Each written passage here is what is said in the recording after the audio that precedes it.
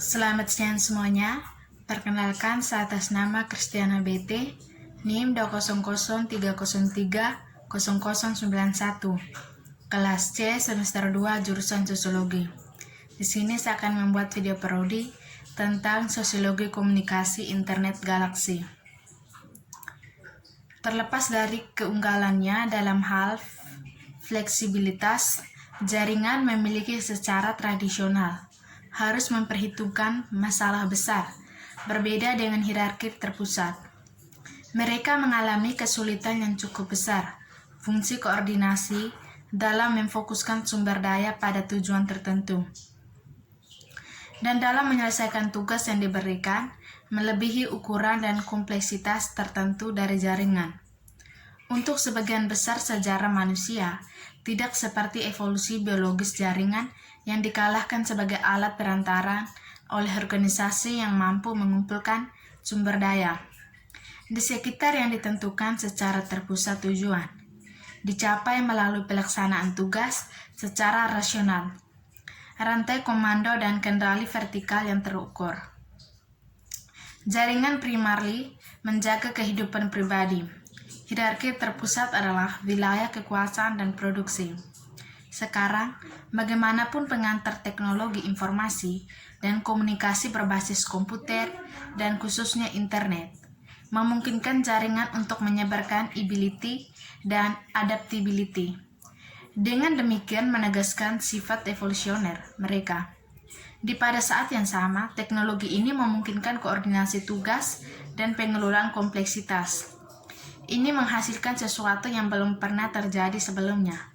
Kombinasi fleksibilitas dan kinerja tugas, terkoordinasi pengambilan keputusan, dan pelaksanaan yang terdesentralisasi secara individual, ekspresi, dan global. Komunikasi horizontal yang menyediakan bentuk organisasi yang unggul untuk tindakan manusia. Dan dalam bagian ini mengajukan sejumlah gagasan tentang interaksi di antara keduanya, internet, ekonomi, dan masyarakat, atas dasar selektif observasi. Itu tidak menghabiskan sumber informasi yang tersedia, karena penelitian tidak dapat diselesaikan ketika objek penelitian atau internet berkembang dan berubah jauh lebih cepat daripada subjek peneliti ini, atau dalam hal ini, peneliti atau manapun, tidak berurusan dengan semua tema yang relevan, hanya karena tidak punya waktu atau tenaga untuk menulis buku ensiklopedis lain mencakup sebagian besar dimensi kehidupan sosial. Dan saya ingin menyebutkan dua kelalaian yang sangat mencolok. Saya tidak berurusan dengan penggunaan file internet dalam pendidikan, dan khususnya dalam e-learning. Dominan kunci tentang aktivitas yang mengubah dunia tempat saya tinggal. Itu adalah dunia lembaga pendidikan. Pelajaran dari sejarah internet. Keterbukaan arsitektur internet adalah sumbernya kekuatan utama.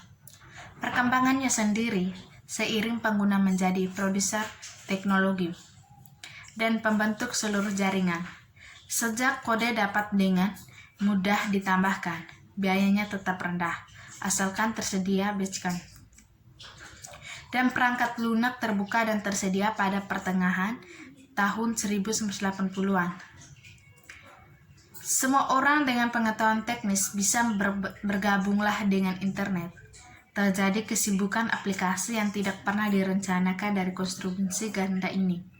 Dari email hingga papan buletin dan chatroom, modem, dan pada akhirnya Express.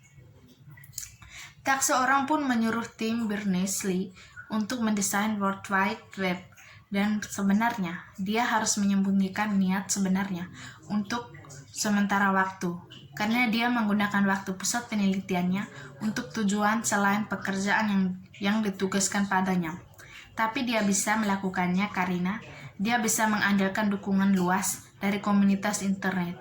Saat dia memposting karyanya, dan itu dibantu dan dirancang oleh banyak peretas dari sekitar dunia.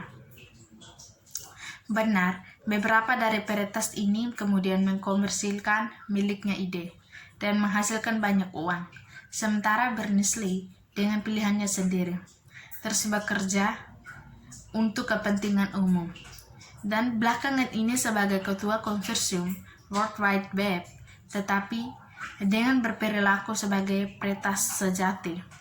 Dan dia mendapatkan rasa hormat dan komunitas rujukannya, dan di tempatnya dalam sejarah seperti halnya dengan Ted Nelson.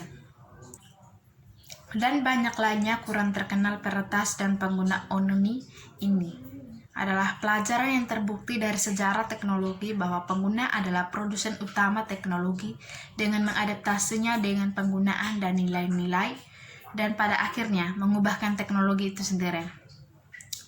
Sebagai Claude Pfister pada tahun 1902 mendemonstrasikan sejarah teleponnya aplikasi. Budaya internet. Budaya internet adalah budaya pencipta internet dengan budaya dipahami sebagai seperangkat nilai dan keyakinan yang informasikan tingkah laku. Pola perilaku yang berulang menghasilkan kebiasaan yang ada diberlakukan oleh lembaga serta oleh organisasi sosial informasi. Budaya berbeda dengan ideologi, psikologi, atau perwakilan individu.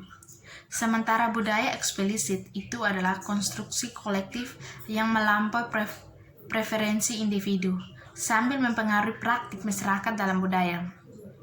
Dalam hal ini, internet mendukung Durkheim atau Husserl. Budaya internet dicirikan oleh struktur 4 lapis, budaya tekno, meritokratis, budaya hierarkis, virtual, budaya komunitarian, dan budaya kewirausahaan. Bersama mereka berkontribusi pada ideologi kebebasan yang tersebar luas di dunia internet. Namun, ideologi ini bukanlah yang menjadi besar atau dasar budaya karena tidak berinteraksi langsung dengan perkembangan dari sistem teknologi.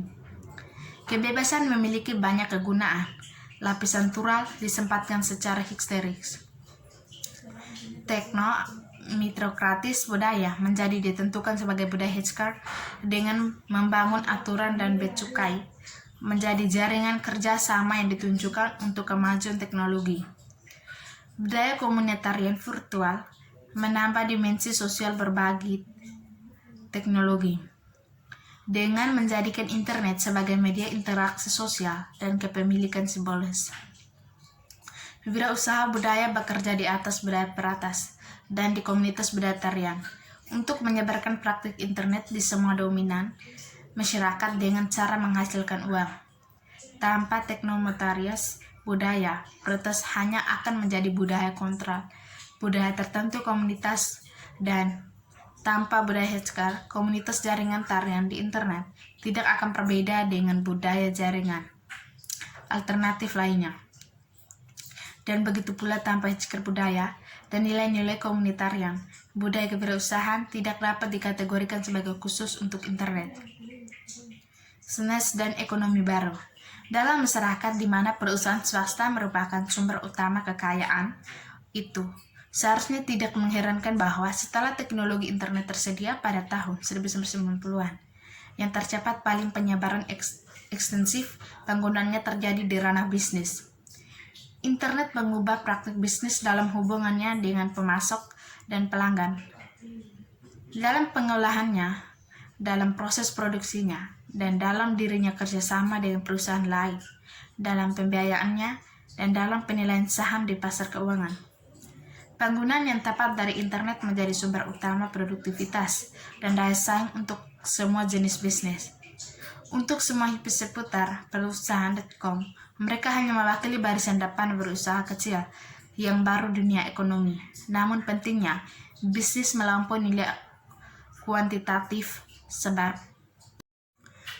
per tahun dari 2001, sekitar 80% tindakan melalui web adalah B2B. Dan ini menyeratkan suatu yang mendalam reorganisasi cara bisnis beroperasi. Internet jaringan di mana karyawan berkomunikasi di antara mereka sendiri dan dengan manajemen mereka sangat penting untuk kinerja perusahaan. Seluruh organisasi bisnis perlu menyesuaikan diri dengan teknologi berbasis internet yang berhubungan dengan pelanggan dan pemasok. Selanjutnya, sebagai individu pengusaha berkembang dalam jenis ekonomi ini, hubungan antara konsultan dan subkontraktor dan firma melalui web menjadi sama pentingnya dengan firma operasi sendiri. Yang munculnya bukanlah ekonomi.com, tapi ekonomi jaringan dengan sistem saraf elektronik. Demikian dari hasil video produksi saya mengucapkan terima kasih.